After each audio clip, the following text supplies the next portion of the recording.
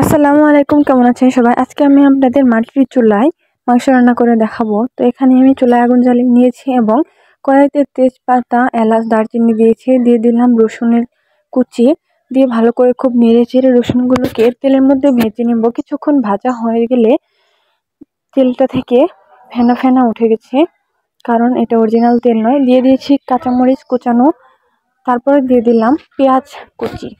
সবকিছু দিয়ে ভালোভাবে নেড়ে চেড়ে নেব।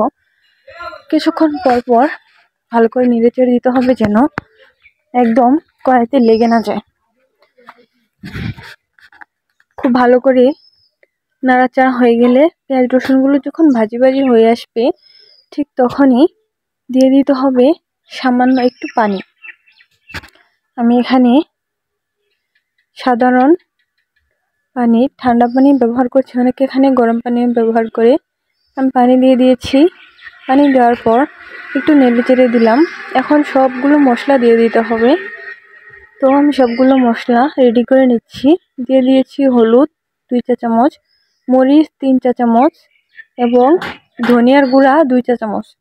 সবগুলো উপকরণ দিয়ে ভালো করে মিশিয়ে নিয়েছি। আবার একটু পানি দিয়ে নিলাম, কারণ একদম শুকিয়ে গিয়েছিল। দিয়ে দিলাম আদা বাটা, জিরা বাটা এবং লবণ। এর মধ্যে আমি এলাচ, দারচিনি বাটাও দিয়েছি। সবগুলো ভালো করে মিশিয়ে নেওয়ার পর এখানে মাংস দিয়ে নিচ্ছি।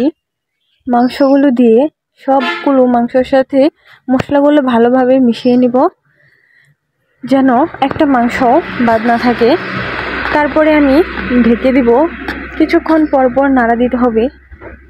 কষানো হয়ে গেলে দিয়ে নিয়েছি পরিমাণ মতো পানি, এবার সিদ্ধ হওয়ার জন্য ঢেকে দেব। 1 ঘন্টা পর আমি ফিরে এলাম। মাংসগুলো রেডি হয়ে গিয়েছে, এখন খাওয়ার জন্য একদম রেডি। আজকের মতো ভালো করে সমান টাটা।